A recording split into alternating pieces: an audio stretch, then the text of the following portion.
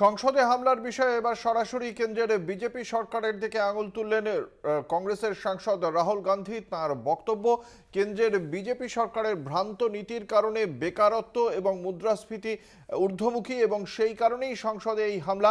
এই মন্তব্য করেছেন রাহুল গান্ধী। কি বলেছেন তিনি শোনাব।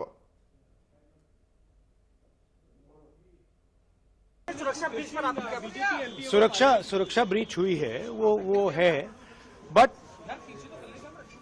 क्यों हुई?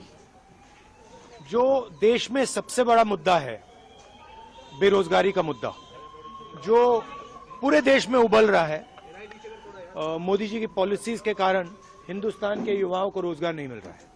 तो ब्रीच जरूर हुई है, बट इसके पीछे कारण बेरोजगारी है और महंगाई है।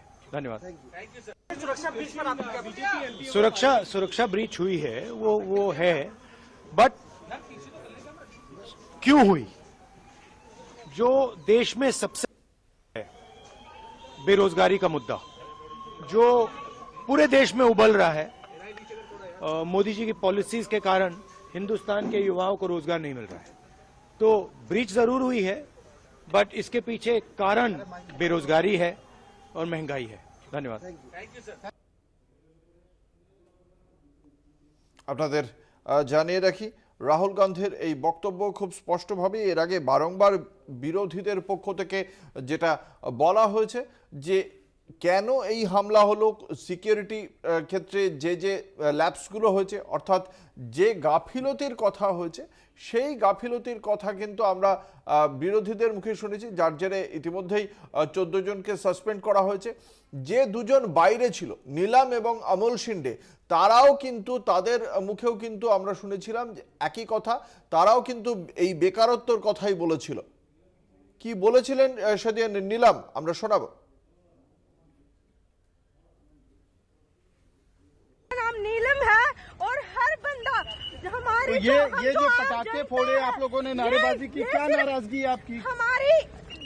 हमारी भारत सरकार है, जो हम पे ये अत्याचार हो रहे हैं, हम अपनी हकों की जो बात करते हैं, लाठी चार्ज करके हमको अंदर डाला जाता है, टॉर्चर किया जाता है, तो हमारे पास कोई माध्यम नहीं। कोई डायरेक्ट वजह है, कोई वजह है, किसी संगठन से हैं आप? नहीं, हम किसी संगठन से नहीं है, आम जनता है, स्टूडेंट है हम, क्योंकि हम बेरोजगार हैं। हमारे माता पिता इतना काम करते हैं, मजदूर, किसान, छोटे व्यापारी, दुकानदार, लेकिन किसी की बात नहीं सुनी जाती। ये हर जगह हमारी आवाज को दबाने की कोशिश करते हैं।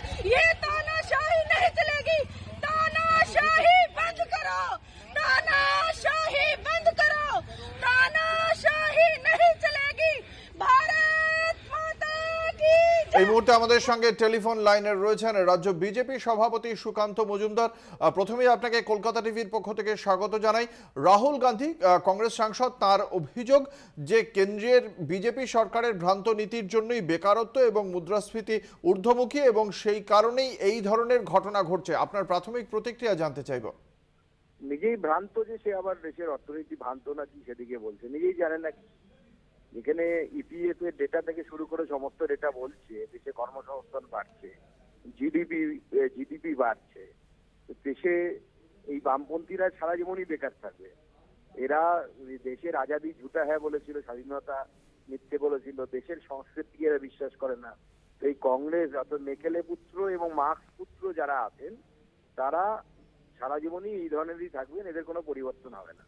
সুকান্তবাবু, একটা কথা, 45 বছরে বেকারিত্ব সর্বোচ্চ এবং মুদ্রাস্ফীতিকে যে নিয়ন্ত্রণ করা একটু কঠিন, তা লোকসভায় দাঁড়িয়ে কেন্দ্রের অর্থমন্ত্রীও সে কথা স্বীকার করেছেন। তারপরেও কি আপনি বলবেন যে এটা ভুল তথ্য?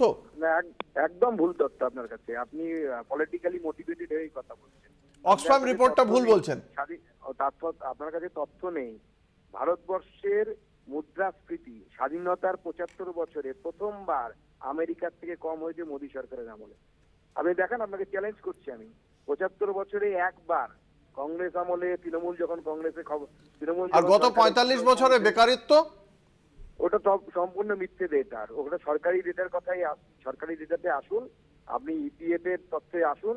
ইপিএফ এর তথ্য প্রমাণ করছে যে মানুষের হাতে কাজ বেড়েছে। অর্গানাইজ সেক্টরের সাথে আনঅর্গানাইজ সেক্টর, এই আনঅর্গানাইজ সেক্টরের তথ্যকে যোগ করুন, তাহলে সব পরিষ্কার হয়ে যাবে। হ্যাঁ, পশ্চিমবঙ্গের মতো কিছু রাজ্য আছে যারা ভারতবর্ষকে পেছনের দিকে টেনে নিয়ে যাচ্ছে। কর্মসংস্থান নেই, মানুষের পার্টিসিবিলিটি নেই, মানুষের মাইনে পায় না মানুষ, দিয়ে নেই, এই জন্য কোনো কোনো জায়গায় রেকর্ড খারাপ হচ্ছে। সিএমআই এর রিপোর্টটা কি আপনারা ধর্তব্যের মধ্যে রাখেন না? Centre for monitoring Indian economy. আপনাকে আমি উল্টো প্রশ্ন করছি, আপনি এনসিপিআরবি রিপোর্ট দেখেছেন? সেখানে বলছে পশ্চিমবঙ্গে একটিও পলিটিক্যাল সংঘর্ষ হয়নি বিগত 1 বছরে। আপনি সত্যি মানেন সেটাকে? কেন্দ্র সরকারের রিপোর্ট তো, রাজ্য সরকার যে রিপোর্ট পাঠিয়েছে সেই রিপোর্টের উপর রিপোর্ট হয়েছে। রিপোর্ট নির্ভর করে তথ্যের উপরে, স্ট্যাটিস্টিক্স। এই মুহূর্তে তাহলে আপনাকে একটা ছোট্ট তথ্য দিই, আপনি যে পশ্চিমবঙ্গের দিকে আঙুলটা তুললেন, দেশের জিডিপি থেকে তো পশ্চিমবঙ্গের জিডিপি বেশি, সেই বিষয়ে কিছু আলোকপাত করবেন? পশ্চিমবঙ্গের জিডিপি বেশি না, ওটা ফুলিয়ে ফাঁপিয়ে দেখানো হচ্ছে। আপনি পশ্চিমবঙ্গের মুখ্যমন্ত্রীর একটি ছবি দেখান না, আপনার চ্যানেল তো মুখ্যমন্ত্রীর 5টা চ্যানেল, একবার একটা ছবি দেখান যে মুখ্যমন্ত্রী কোনো শিল্প উদ্বোধন করেছে, এরকম 5টি ছবি আগামী 5 ঘন্টায় দেখিয়ে দিন, আমরা বিশ্বাস করি না। সে তো নরেন্দ্র মোদী 2 কোটি চাকরির প্রতিশ্রুতি দিয়েছিলেন, তা সেটা কি হয়েছে? 2 কোটি কর্মসংস্থান হয়েছে কিনা আপনি ইপিএফ এর ডেটা দেখুন, আনঅর্গানাইজ সেক্টরে কর্মসংস্থানে দেখুন। যতটা ধর্ম নিয়ে, যতটা বিজেপি সরকারের বা বিজেপি দলের যতটা তৎপরতা রয়েছে, কর্মসংস্থানের বিষয়ে কি তৎপরতা রয়েছে? 75,000 চাকরির বিষয়ে প্রধানমন্ত্রী নরেন্দ্র মোদীকে আমরা দেখেছিলাম। তৃণমূল কংগ্রেস করে মোয়াজ্জেম আর মোয়াজ্জেমদেরকে ভাতা দেওয়া হচ্ছে, এটা কি ধর্ম নিয়ে রাজনীতি নয়? আর আর যখন রাষ্ট্র নিজে যাচ্ছে, মোয়াজ্জেমদেরকে যে ভাতা দেওয়া হচ্ছে, মৌলবীদেরকে ভাতা দেওয়া হচ্ছে, এটা আর্কিমিডিসের সূত্র অনুসারে, নিউটনের ল অনুসারে, না কোন সূত্র অনুসারে? এটা ধর্ম নিয়ে রাজনীতি নয়। প্রশ্ন করেছেন মুখ্যমন্ত্রীকে, কেন ভাতা দেন ধর্মীয় কাজ যারা করে তাদেরকে?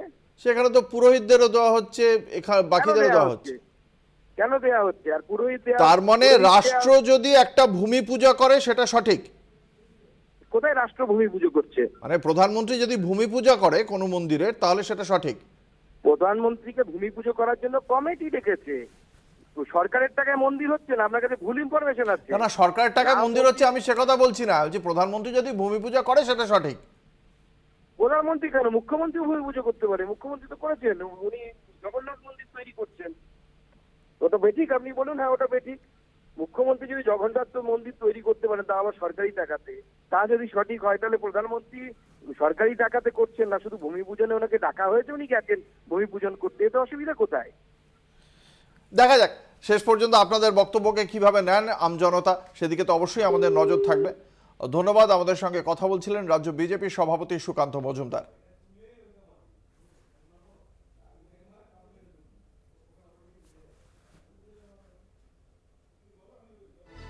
আপনাদের জানিয়ে রাখি, সংসদে হানাদারিতে মোদী সরকারকে বেঁধলেন রাহুল গান্ধী। বেকারত্ব এবং মুদ্রাস্ফীতির দিক বিজেপির যে ভ্রান্ত নীতি, সেই কারণেই প্রতিনিয়ত বাড়ছে, এমনই অভিযোগ করা হয়েছে রাহুল গান্ধীর পক্ষ থেকে, এবং সেই কারণেই সংসদে এই হামলা বলে অভিযোগ করা হয়েছে।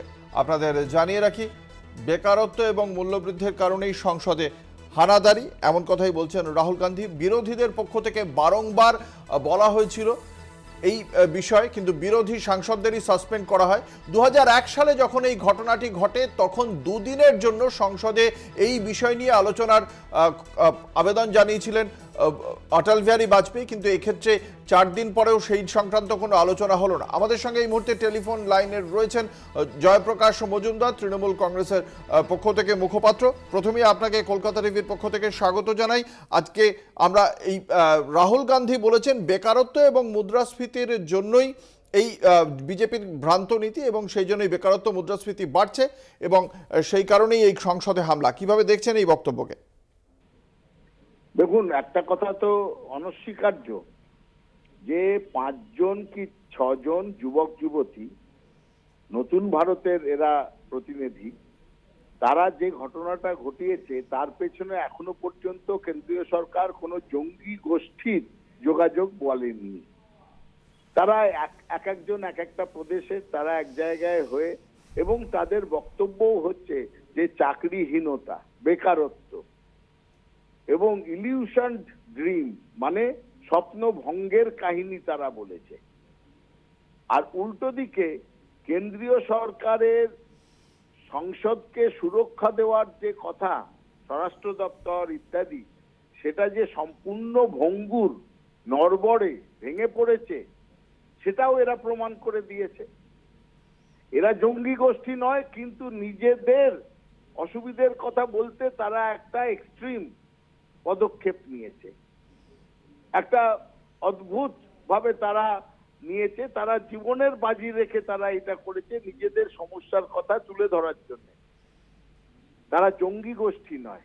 2001-এর যে অ্যাটাক হয়েছিল মাসুদ আজাহার, যাকে বিজেপি জামাই আদরে ইন্ডিয়ান জেল থেকে, ভারতীয় জেল থেকে ছেড়ে গিয়ে কান্দাহারে তুলে দিয়েছিল, সেটা ছিল জঙ্গিদের আক্রমণ, মাসুদ আজাহারের, জয়সি মোহাম্মদের আক্রমণ। কিন্তু এই যে আক্রমণ হয়েছে, তারা জঙ্গি গোষ্ঠীর নয়, জঙ্গিদের কোনো প্রশিক্ষণ প্রাপ্ত নয়। তারাও দেখিয়ে দিল যে নরেন্দ্র মোদী, অমিত শাহ যে অত বড় বড় 56 ইঞ্চি বুকের ছাতির যে দাবি, কত নড়বড়ে সেটা। যারা একদিকে প্রমাণ হলো যে জয়প্রকাশ দা, আমরা এই বিষয়ে না কথা বলছিলাম বিজেপি রাজ্য সভাপতি সুকান্ত মজুমদারের সঙ্গে। তার বক্তব্য যে বেকারত্ব এবং মুদ্রাস্ফীতি যে দুটি অভিযোগ রাহুল গান্ধী করেছেন তা অন্তঃসার শূন্য। উল্টে তিনি রাজ্য সরকার অর্থাৎ পশ্চিমবঙ্গ সরকারের দিকেই উল্টে আঙুল তুলেছেন যে এখানে বেকারত্ব বেশি, এবং যে জিডিপি পশ্চিমবঙ্গ সরকার দেখাচ্ছে যে দেশের থেকে বেশি, সেটাও ভুয়ো। আপনার প্রাথমিক প্রতিক্রিয়া? না, এইসব কথা বলে লাভ আছে? এখন কথা হচ্ছে যে সংসদ ভবনে আক্রমণ বা তার যে ঘটনা হয়েছে সেই নিয়ে আলোচনা হচ্ছে। সেখানে দায়িত্ব ঝেড়ে ফেলতে পারবে যে যারা, যে সরকার, মোদী সরকার, তারা সংসদ ভবনকে সুরক্ষা দিতে পারলো না, তারা 140 কোটি লোকের সুরক্ষা দেবে, দেশের সুরক্ষা দেবে?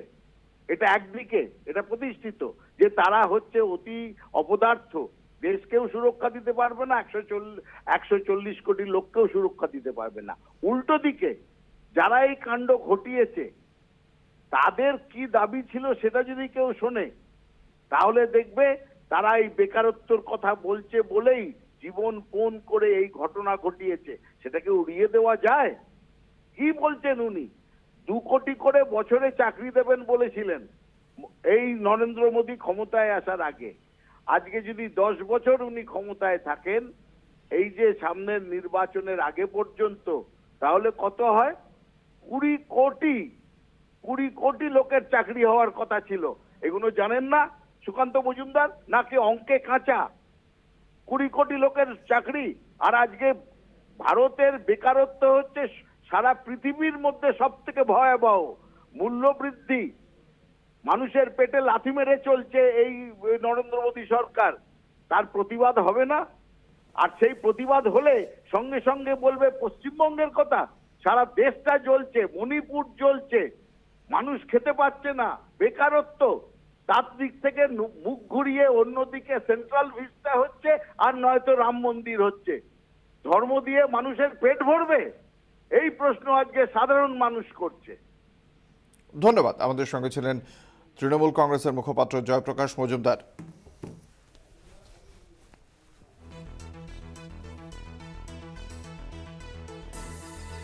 সংসদে হানাদারিতে মোদী সরকারকে বেঁধলেন রাহুল গান্ধী।